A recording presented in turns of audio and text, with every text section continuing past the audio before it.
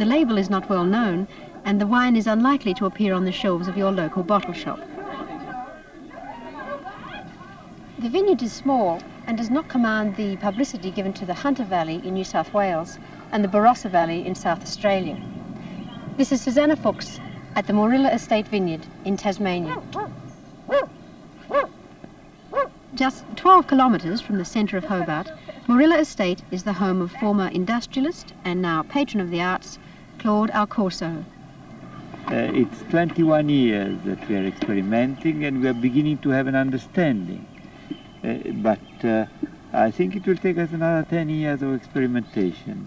We have obtained very good results with this variety, with Riesling. We have made some very, very good Riesling wines, close to the really best German wines.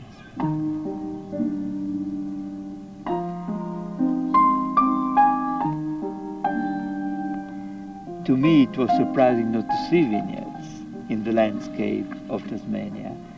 So all what I did was to be traditional, I come from Italy, and planting a few vines to see what would happen. And from that, we saw that there was no problem in having the right balance of sugar and acid, so we planted Cabernet Sauvignon. Then we started with the specific varieties of the premium areas of Europe, Bourgogne, Pinot Noir, Chardonnay, and the results are really very promising.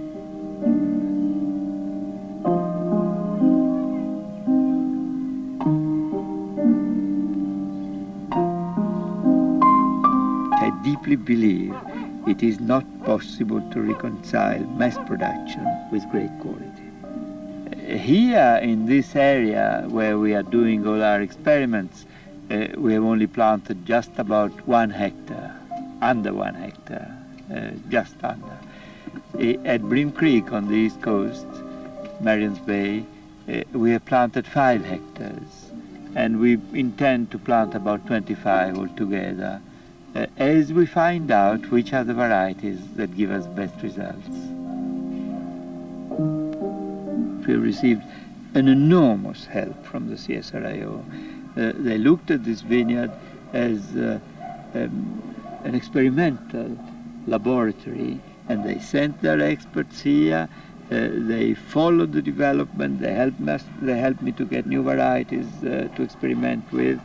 They did all the laboratory work. Of course, it was all based on the understanding that whatever findings we have here would be available to anybody. We use the traditional equipment that all the winemakers use, only that it is small scale. We bought a small press from Vaslin in France. We bought also in France a distemmer and crusher. We bought locally filters and the like.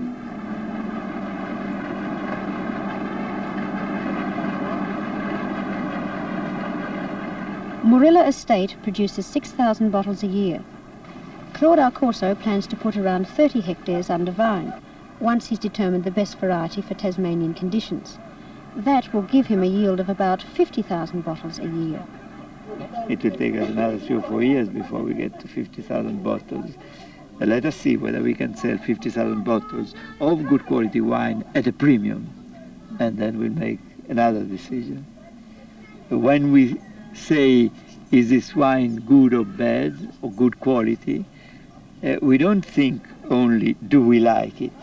But unavoidably we make a comparison of how does it stand up with the great wines of Europe.